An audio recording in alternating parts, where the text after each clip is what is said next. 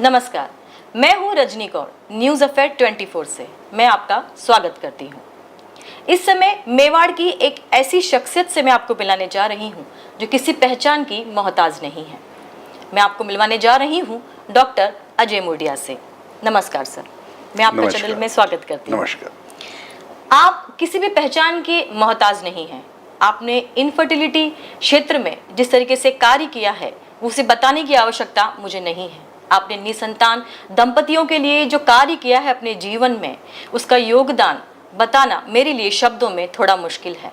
आपने government job छोड़कर एक छोटी सी जगह पर बहुत कम आय में जिस तरीके से ये कार्य संपन्न किया, आज सिर्फ राजस्थान में ही नहीं पूरे देश में आपकी पहचान कायम है। इसके साथ ही आपके ऊपर एक मूवी बनी है, क्योंकि आपके कार्य ही इतने सराहनीय थे कि इसे दुनिया को जानना बेहद आवश्यक हो जाता है। आपकी मूवी का नाम है तुमको मेरी कसम। तो आइए जानते हैं कि डॉक्टरी से लेकर ये बॉलीवुड का सफर उनका कैसा रहा।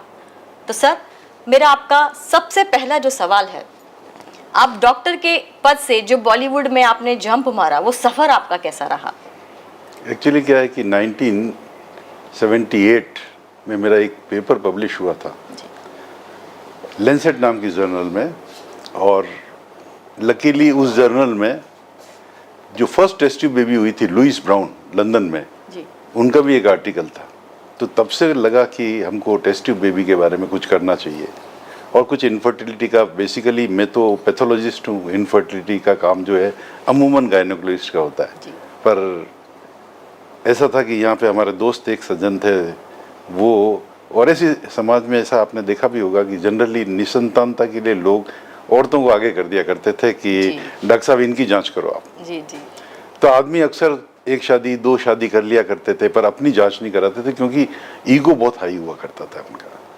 तो ऐसा सोच के हमने कहा क्यों नहीं हम लोग समाज सेवा का ये सबसे बेहतरीन काम है जहाँ हम आदमियों का इलाज करें और औरतों का तो गायनेकोलॉजिस्ट करती है, तो हमारे को सक्सेस मिलने की संभावना बहुत ज़्यादा रहेगी। तो लगभग 10 साल नौकरी करने के बाद 1988 में हमारी वाइफ है इंदिरा, उन्हीं के नाम से हमने इंदिरा इनफर्टिलिटी क्लिनिक की स्थापना की। और उसके बाद 2010-11 में हम लोगों ने IVF शुरू किया। इस यात्रा में मेरे दोनों बच्चे मेरे साथ हैं। एक का नाम नितिज मुर्डिया है जो IIT किया हुआ है, और दूसरा क्षितिज मुर्डिया जिन्होंने gynaecologist, he is a gynaecologist. तो हम तीनों ने मिलकर 2000 में ये काम शुरू किया IVF का। धीरे धीरे इस छोटी उदयपुर जैसी छोटी जगह में सोचा नहीं था कि हमारी इतनी प्रसिद्धि हो जाएगी। तो हम लोग करीब 500 साइकिल करते थे। आज दिल्ली में बैठ के भी कोई आदमी 100 साइकिल से ज़्यादा नहीं करता हो। और उस वक्त हम लोग 450-500 साइकिल करते थे। तो it was unimaginable for us. तो हमने सोचा क्यों नहीं हम लोग उदयपुर से बाहर जाएँ। और उसके बाद हमने दूसरा सेंटर पूना में खोला, तीसरा दिल्ली में खोला, चौथा पटना में खोला, और आज लगभग 175 हॉस्पिटल सारे देश में हमारे हो गए। जी सर, जैसे इनफर्टिलिटी को देखा जाए तो हमारे समाज में टैबू के रूप में देखा जाता है। तो डेफिनेटली आपने जब ये शुरुआत की होगी तो आपके सामने काफ़ी समस्याएं सामाजिक तौर पे और आई होंगी। तो आपने किस तरह की चुनौतियों का सामना सर किया था? उस वक्त हर आदमी के एक समस्या हुआ करती थी, हर आदमी का एक इतिहास हुआ करता था, हर क्षेत्र में अलग अलग कुरीतियाँ व्याप्त थी। क्योंकि लोग देखते थे कि अगर बच्चा चाहिए तो मंदिरों में पूजा करो या मन्नतें मांगो मज़ार के सामने, या लोग बाग ये अक्सर किया करते थे। पर हमने एक नई चीज़ शुरू की है। हमने कहा नहीं, हम लोगों को समझाएंगे कि जब तक साइंटिफिक तरीके से इलाज नहीं कराओगे तब तक बच्चा नहीं हो सकता है। तो हमने कहा ये मंदिर, मस्जिद, मज़ारें, बाबा, तांत्रिक, फ़कीर, इनको छोड़ के, और जब तक आप साइंटिफिक तरीके से इलाज कराओगे नहीं तब तक बच्चा नहीं होगा। ये सोच के मैंने सारे इंडिया में हर डिस्ट्रिक्ट में, बिहार की डिस्ट्रिक्ट हो या यूपी की डिस्ट्रिक्ट हो, हर डिस्ट्रिक्ट में मैं घुमा हूँ, लोगों को फ्री अवेयरनेस कैंप्स लगाएं। लगभग हमने 2500 से ज़्यादा कैंप, 800 से ज़्यादा सिटीज़ और 22 से ज़्यादा स्टेट्स कवर किए और लोगों को जागरूक किया। तो आज 40 साल पहले लोग जानते नहीं थे कि IVF क्या होता है, और आज ऑटो वाला भी जानता है कि IVF क्या होता है। So this change has awkward. तो समाज में ये जागृति पैदा की कि हम लोग साइंटिफिक तरीके से इलाज कराएं। और अगर आपने देखा होगा कि पहले लगभग 20-20 साल, 15-15 साल निकल जाते थे और लास्ट में लोग सोचते थे IVF कराएं जी। पर अब माहौल बदल गया है। अब 2-3 साल अगर बच्चे नहीं होते हैं तो इनफर्टाइल कपल हमारे पास आते हैं कि डॉक्टर साहब आप IVF करो, और हमारे को संतान प्राप्ति। तो जो 20 साल लगाते थे अब 3 साल में हो गए, तो 17 साल वो नॉर्मल लाइफ जी सकते हैं बिना स्ट्रेस फ्री। और अगर उनको बच्चा मिल जाता है तो फिर मैंने 4 चीज़ें सोची थी कि इंडिया के पर्सपेक्टिव में मैं क्या करूं, क्योंकि मेरी कोशिश यही थी कि हम लोग जो गरीब है या जो बेचारे मिडिल क्लास हैं उनको भी बच्चा होने का हक सबको है जी। तो मैंने अपने 4 प्रिंसिपल बनाए थे। सबसे पहले तो था कि अफोर्डेबिलिटी। उस वक्त क्या हुआ करता था कि लगभग 5-6 लाख रुपए लगते थे और हर आदमी अफोर्ड नहीं कर सकता था IVF कराना। तो हमने इसकी रेट कम करके 1 से 2 लाख के बीच में कर दी, ताकि मिडिल और लोअर ग्रुप वाले वो भी बच्चे पैदा कर सकें। दूसरा मैंने आपको बताया कि अवेयरनेस बहुत ज़रूरी है किसी पे भी। तो मैं इतने कैंप्स लगाए और लोगों को अवेयर किया कि IVF क्या होता है और इससे आप लोग कैसे फ़ायदा उठा सकते हैं। और तीसरा जो पॉइंट था, ये जो 4A कह सकते हो आप, मैंने आपको अफोर्डेबिलिटी बताया, अवेयरनेस बताया, और तीसरा है एक्सेसिबिलिटी। एक्सेसिबिलिटी मतलब आपको वहाँ जाके और उनकी सेवा करनी है रेदर देन वो यहाँ आए। क्योंकि मेरे को ऐसा मानना था कि जब ये लोग यहाँ आते थे तो 1-2 लाख तो हमारा खर्चा हो जाता था, 2-1 लाख बाहर रहने पे 2-3 महीने जब रहते थे ये, तो वो और खर्चा हो जाता था। तो उसको दूर करने के लिए हम लोगों ने यहाँ से उदयपुर से बाहर अलग अलग सेंटर जगह पे लगाए। और आज जैसे मैंने आपको बताया कि 175 सेंटर हमारे देश के विभिन्न भागों में काम कर रहे हैं। तो बेसिकली एक संतुष्टि होती है कि चलो उनका पैसा बचा और हम लोग यही क्वालिटी सर्विसेज उस जगह जाके भी दे रहे हैं। और आज हमारी टीम में लगभग 400 गायनेकोलॉजिस्ट या IVF स्पेशलिस्ट हैं और 250 से ज़्यादा एम्ब्रियोलॉजिस्ट हैं और लगभग 5000 का स्टाफ सारे सेंटर्स पे काम करके लोगों की सेवाएं कर रहा है। और मेरे को ये कहते हुए बहुत खुशी का या गौरव का अनुभव होता है कि आज तक हम लोगों ने 1,75,000 सक्सेसफुल IVF केसेस कर दिए, जो शायद एक वर्ल्ड रिकॉर्ड है। ये तो आपने बहुत ही सराहनीय कार्य किया और मुझे लगता है कि जिस समय आपने ये कार्य शुरू किया होगा डेफिनेटली आपके सामने काफ़ी चुनौतियां आई होंगी, क्योंकि कहते हैं, आपने सही कहा था कि मेल ईगो काफ़ी बड़ा होता है और जब बांझपन की शिकार महिलाएं होती हैं तो ज़्यादातर उन्हीं को उसका ठहराया जाता है।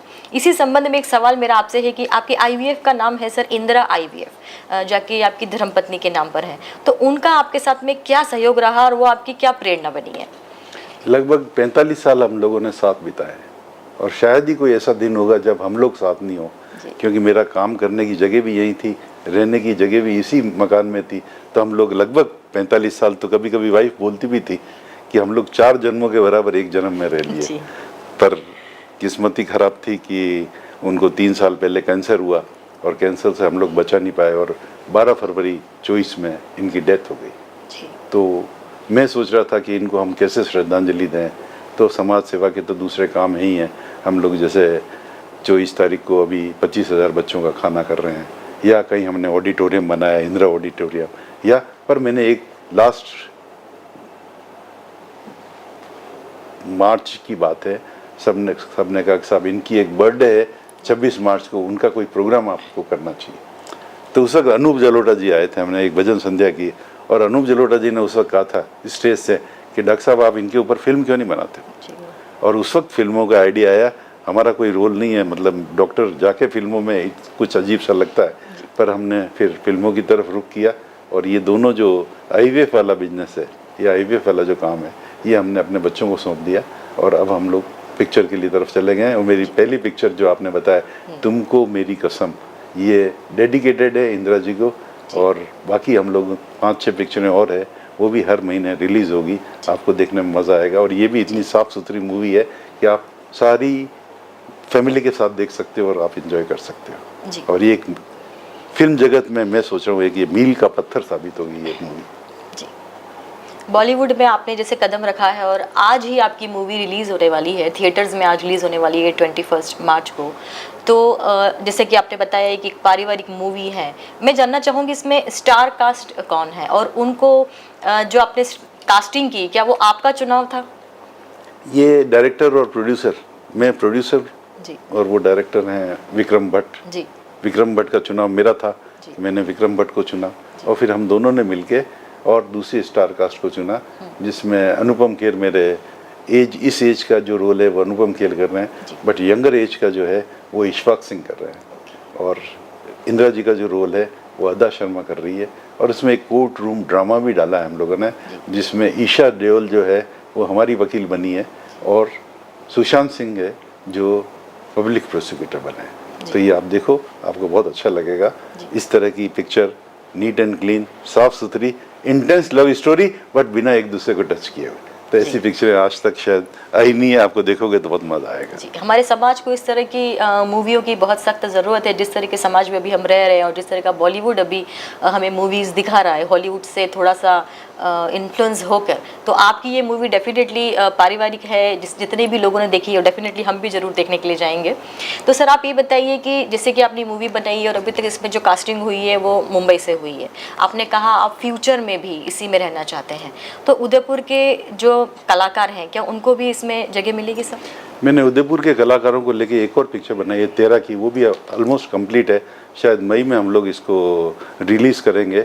इसमें यहाँ के बच्चे की कहानी है, यहीं का डायरेक्टर है, सारा जो क्रू है वो हम लोगों ने उदयपुर से ही लिया है। 80% करीब, 20% बाहर के हैं और वहाँ सारी पिक्चर जो है उदयपुर में शूट हुई है। एक बच्चे की कहानी है जो गाँव से तैराकी सीखता है तालाब से, और उसका सफ़र बताया हम लोगों ने कि नेशनल लेवल पे कैसे जीतता है और उसको क्या क्या परेशानी आती है, वो सारी इस पिक्चर में बताया है। तो ये भी पिक्चर कंप्लीट है और शायद मई या जून में हम लोग इसको रिलीज़ करने वाले हैं। जी, तो अब आप किस सामाजिक मुद्दों को लेकर मूवी बनाएंगे? मतलब आप सामाजिक मुद्दों को लेकर ही मूवी बनाएंगे या फिर मनोरंजक भी कुछ होगी? मनोरंजक एक, हमने इंद्र कुमार जी का नाम आपने सुना होगा, जिन्होंने बेटा और धमाल और मस्ती और ये पिक्चरें बनाई है। जी जी। तो इनके साथ हम एक तेरा यार हूँ मैं करके एक मूवी बना रहे हैं। जी, और वो मूवी भी ऑलमोस्ट 2-3 महीने में कंप्लीट हो जाएगी, पोस्ट प्रोडक्शन में चल रही है और उसको भी हम लोग जुलाई या अगस्त तक उस पिक्चर को रिलीज करें।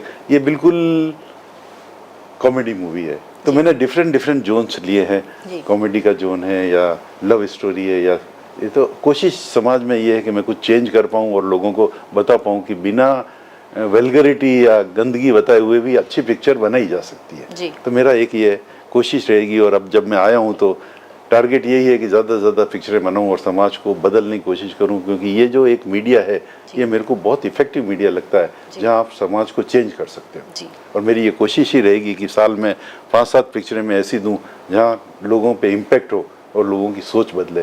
तो मेरा अब यही काम है और लोगों को जागरूक करूं और अच्छी से अच्छी पिक्चरें समाज को दूं, ताकि वो लोग भी एक सोच और विचार वो अच्छी की तरफ डेवलप हो। जी, जैसे कि आप जानते ही हैं कि राजस्थान में भी काफ़ी मूवीज़ बनती है राजस्थानी भाषा में, और राजस्थान में काफ़ी शूटिंग्स भी होती है, काफ़ी सारी बॉलीवुड और हॉलीवुड मूवीज़ भी बनती है, पर उसका एक सीधा जो आप कह सकते हैं कि लाभ राजस्थान को कितना मिला ये हम नहीं जानते। लेकिन आपके एक बिल्कुल मेवाड़ से लोकल स्थिति से उठकर आपने ये इस फील्ड में कदम रखा है। मैं ये जानना चाहूँगी कि मेवाड़ को और या फिर राजस्थान को इसका कितना बेनिफिट होगा, हमारे यहाँ के जितने भी कलाकार हैं या हमारी जो जगह हैं उन सब का? कलाकारों को तो खैर नेचुरली बेनिफिट होगा ही, बिकॉज जो कलाकार हैं वो मेरी उंगली पकड़ के बॉम्बे तक जा सकते हैं, तो एक माध्यम मिल गया उनको। दूसरा मेरी कोशिश ये रहेगी कि उदयपुर को एक फिल्म सिटी की तरह डेवलप किया जाए, ताकि बाहर के लोग, क्योंकि ये बहुत खूबसूरत शहर है और यहाँ सुविधाएं कम है, तो हम लोग सरकार से भी बात करेंगे कि एक फिल्म सिटी बनाई जाए जहाँ लोग आए यहाँ और इसको उदयपुर को, जिसमें बहुत पोटेंशियल है, एक फिल्म सिटी की तरह हम डेवलप कर पाएँ। तो ऐसा प्रयास रहेगा।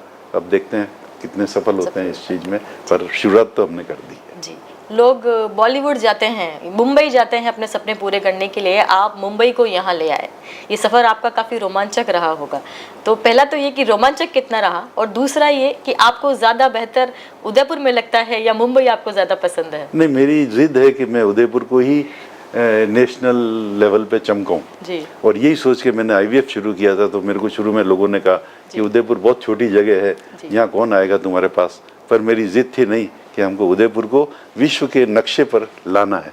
और आज ये हाल है कि मेरे पास डॉक्टर्स जो हैं नेशनल और इवन इंटरनेशनल बाहर से भी लोग ट्रेन होने के लिए आते हैं। और ये हमारा IVF सेंटर जो है ब्रिटिश फर्टिलिटी सोसाइटी द्वारा रिकॉग्नाइज्ड है। This is the only centre पूरे एशिया में जो ब्रिटिश फर्टिलिटी सोसाइटी द्वारा रिकॉग्नाइज है, और यहाँ से लोग डॉक्टर्स लगभग 400-500 डॉक्टर्स यहाँ से ट्रेन होकर जा चुके हैं। तो एक मन में बहुत संतुष्टि होती है कि हम उदयपुर में बैठ के इनको यहाँ बुला रहे हैं रेदर देन। तो मेरी इच्छा होगी कि फिल्मों में भी सब आर्टिस्ट यहाँ आए यहाँ और उदयपुर का नाम ऊंचा करें, उदयपुर के लिए काम करें। तो मेरी संतुष्टि, मेरे को बहुत संतुष्टि मिलती है जब उदयपुर ये लोग आके और बात करते हैं। क्योंकि जब शुरू में मैंने IVF भी शुरू किया तो लोग कोई आने को तैयार नहीं थे मेरे पास कि डॉक्टर साहब छोटी जगह है, हम तो बड़े हॉस्पिटल में काम करते हैं। पर बड़ी मुश्किल से 1 2 4 को समझाया और उसके बाद तो फिर जो तांता लगा यहाँ समझाने का और जो क्वालिटी हमने दी और जो सक्सेस हमने दी है, क्योंकि जो मैं आपको बता रहा था कि लगभग 1,75,000 सक्सेसफुल IVF केसेस कर चुके हैं, तो अमूमन सब तरफ के हैं और लगभग जो सक्सेस रेट है वो 70% से ऊपर है जी। जो एक अच्छे से अच्छे वर्ल्ड रिकॉर्ड, या आपसे कह सकते हैं कि अगर बाहर के भी कोई सेंटर हो तो उनको हम लोग कम्पीट करते हैं और वही सुविधाएं और विथ सेम क्वालिटी और with the same success rate we are giving. जी, आप ये बताइए कि आपने ये जो मूवी बनाई ये आपके जीवन पर आधारित है, इसमें आप क्या चाहते थे, क्या संदेश आप देना चाहते थे, क्या आप सफल हो पाए वो संदेश देने में? ये थोड़ा सा ड्रामेटाइजेशन किया है इसका जी। पर काफ़ी चीज़ें जो सच है वो इसमें डाली गई है ताकि लोगों को एक मिले कि छोटी सी जगह से भी बड़ा बना जा सकता है, नंबर 1। और सेकेंडली कि कोई ज़रूरी नहीं है कि आप उसी फील्ड में हो। मैं गायनेकोलॉजिस्ट नहीं हूँ पर मैंने गायनेकोलॉजी का काम किया और IVF को इस लेवल पे पहुँचाया। मैं फिल्मों में नहीं हूँ पर फिल्मों का काम किया। आदमी में सच्चाई, ईमानदारी और ट्रांसपेरेंसी अगर हो तो उसको कोई रोक नहीं सकता जी। ये मेरा ऐसा मानना है। और मेरे जो 40 साल का क्रक्स है वो यही है कि आप ईमानदारी से काम करते रहो, सच्चाई से काम करते रहो, आपको कोई नहीं रोक सकता आपकी। पर जब आपके मन में थोड़ी सी भी खराबी आई वहीं आपका ब्रेक लग जाता है। जी, कोई ऐसा मैसेज जो आपको लगता है इस मूवी में छूट गया और आप अब हमारे द्वारा देना चाहते हैं तो सर प्लीज़, मेरा आखिरी सवाल भी आपसे यही है, एक ऐसा संदेश जो आप मूवी में नहीं दे पाए लेकिन यहाँ देना चाहते हैं। मैं समझता हूँ कि लोग कोशिश नहीं करते हैं। जी। तो मेरा ये कहना है कि अगर आप किसी फील्ड में कोशिश करो तो 90% चांस आपके हैं कि आप सफल होगे, पर 90% लोग कोशिश नहीं करते हैं। क्यों? कि हम असफल हो जाएंगे तो उस फील्ड में जाते ही नहीं। जी। तो मेरा ऐसा कहना है कि आप डरो मत, कुछ भी चीज़, हर चीज़ संभव है। जैसे आपने देखा कि मैं IVF भी किया, फिल्मों में भी काम कर रहा हूँ, कुछ फाइनेंशियल भी मेरा असेट्स वगैरह है, हम लोग म्यूचुअल फंड के डिस्ट्रीब्यूटर्स हैं, कुछ लैंड का भी काम है। तो ऐसा मत सोचो कि मैं ये काम नहीं कर सकता। आप जाओ, मेरा कहना है 90% आप सफल होगे उस काम में। जी। पर काम ईमानदारी और सच्चाई से करें। जी। जैसा कि इस समय आपने डॉक्टर अजय मूडिया को सुना, इनकी कहानी जो 20 मिनट में आपने सुना उसमें साफ दिखता है कि इन्होंने अपने जीवन को खुल के जिया है। जिस तरह का संदेश इन्होंने अपनी लाइफ में दिया है, मूवी तो हम देखेंगे लेकिन वो कुछ सीमित समय के लिए होती है, लेकिन आप ये देखिए कि अपने जीवन में, जैसे कि डॉक्टर कहा जाता है कि ईश्वर होते हैं, वो आपके शारीरिक दुखों को दूर करते हैं, लेकिन डॉक्टर अजय मूडिया ने न सिर्फ आपके शारीरिक दुखों को दूर किया बल्कि आपकी मानसिक परेशानियों को भी समझा है। आपके जीवन में प्रेम और ईमानदारी कितनी ज़रूरी है वो आप इनके जीवन से सीख सकते हैं। आपको ये मूवी जरूर देखनी चाहिए, जो इनकी मेहनत है, इनकी जीवन की कहानी है। धन्यवाद।